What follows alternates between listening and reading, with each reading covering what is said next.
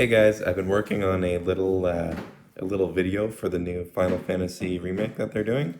I played through the old game and I got some clips, and I also got my little amiibos, Player One and Player Two of Cloud. But I was really excited because I actually got the video to line up with some of the new clips from the remake demo.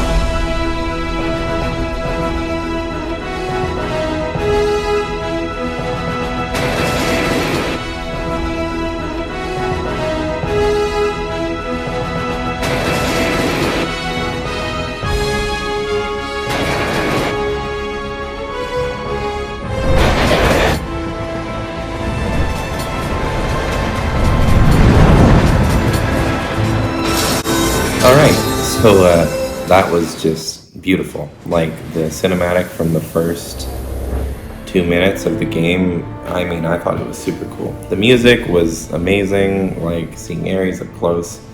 I mean, I kind of honestly, after I made the video and put them side by side, I didn't feel good about taking away from it. So when I started to play this, I realized that it was almost the exact same format as the first time I played Final Fantasy VII. You kind of just feel like you're fading in and out of cinematics. I mean, Final Fantasy VII, they held no punches when it came to putting ball-fisted Cloud into like train cinematics. So it was very cool, and I mean, you get a nice feeling from the guards here and everything. It's very nostalgic. It's quite true to the original. That being said, it did sort of freeze me at moments where I didn't know how to progress because I didn't realize I was caught in a cinematic, hence Cloud walking in circles right there.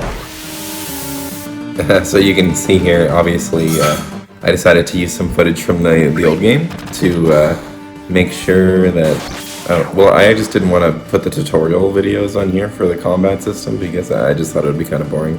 So I thought I'd just like throw in a clip from the old game, but it's actually pretty cool just sort of like seeing the contrast, because even though it sort of moved to that Kingdom Hearts 3D RPG battle style, it's actually still pretty similar to the old Final Fantasy VII system. So the obvious difference between the two is obviously the 3D-ness of it, but I'll talk more about that in a sec. Even the sprite hasn't changed very much, like the model for the character. Like obviously it's sharper, but it's still the exact same thing. It basically looks like a red tractor with legs. Soldier first class doesn't go into the toys. The hell you talking about?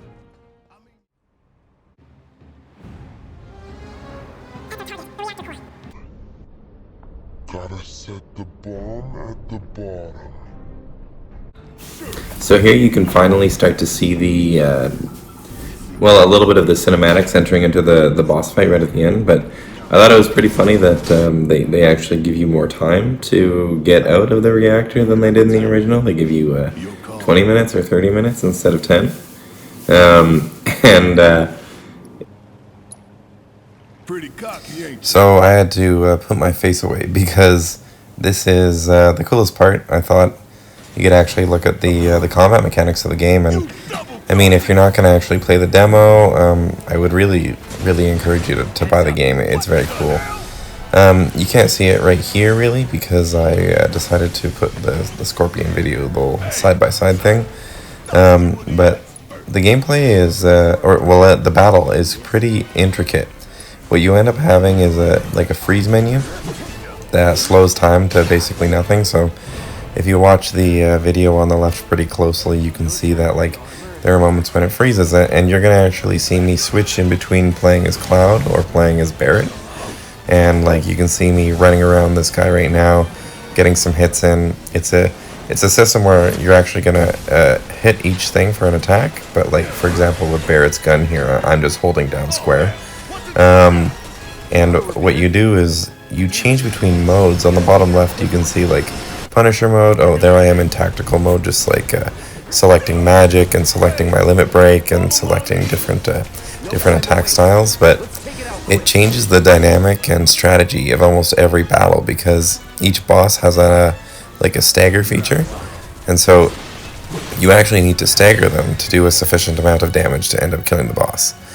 Anyway, and you can see here it initiated the bombing sequence. I actually cut a bit of video there because there is a light little spoiler, but I wanted you guys to experience it sort of yourself if you decide to play it. One last thing coming up, at about 15.5 minutes, you can see the timer at the top, and the video is going to jump because it's not perfect.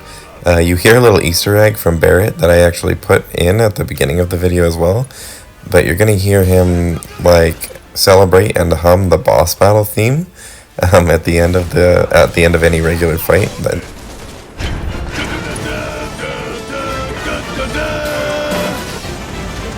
Yeah, there you go. Anyway, I thought it was pretty funny that they actually put that in there as an Easter egg. But what would a clip about Final Fantasy VII really be without a final scene of Sephiroth in fire? Thanks for watching. I hope you liked it. Bye-bye.